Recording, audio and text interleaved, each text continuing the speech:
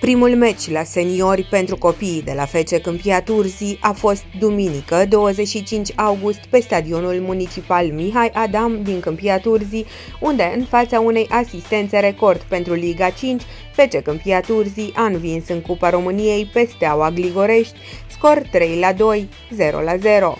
Golurile au fost marcate de Denis Baciu și David Ivașca a reușit o dublă. Aurel Mățiu a început meciul cu doi jucători de la Under 17, media de vârstă fiind de 19 ani, pe parcursul meciului intrând însă doi copii de 17 ani. Prima repriză a fost una de tatonare, în care cele mai mari ocazii de a marca le-a avut FC Câmpia Turzii, care prin Denis Baciu, David Ivașca și Laza Vasile au trecut rând pe rând pe lângă deschiderea scorului.